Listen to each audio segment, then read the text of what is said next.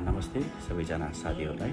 म हिमालय रेग्मी र मेरो साथी नारायण दवाडीको तर्फबाट भरतपुर 11 बसेनीबाट करिब 8 किलोमिटरको दूरीमा रहेको इच्छाकामना गाउँपालिका अन्तर्गत दाहाखानी नजिकै रहेको एक खोलामा स्विमिङ गर्न अथवा पौडी खेल्न जाने निधो गरेका छौँ र हामी लाग्दैछौँ। बसेनीबाट करिब 20-25 मिनटको दूरीमा र 8 किलोमिटरको डिस्टेन्समा पुगिने सो ठाउँ जखडीमाई मन्दिर परिसरबाट भित्र छिर्ने। हामी धमिला खोला हुँदै जहाँ इच्छाकामना गाउँपालिका सुरु पनि हुन्छ र भरतपुर सिद्धिने ठाउँ सो ठाउँबाट हरिपुर चौकी हुँदै सिमलटापसम्म जाँदैछौँ।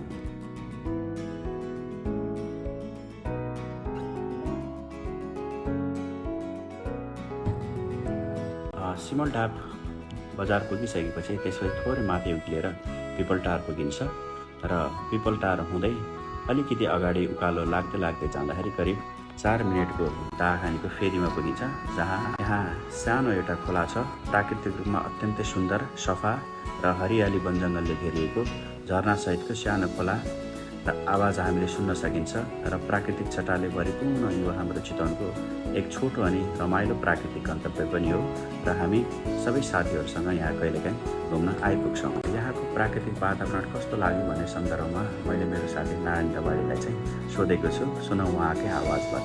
ल नारायण ब्रो, तिमीलाई यो यहाँको यो प्राकृतिक वातावरण, यो हरियाली कस्तो लागिरहेछ? हरियाली शान्त एकदम छोराछोरीको आवाज खोलाको सँगसँगै बगेको प्राकृतिक आवाज सुन्दाखेरि यति मनमोहक छ कि त्यसको कुनै बयान गरिसक्दै छैन। अनि यहाँको यो चिसो पानी, चिसो सफा पानी, यसको कुनै बयान गर्ने शब्द नै छैन जस्तो लाग्छ।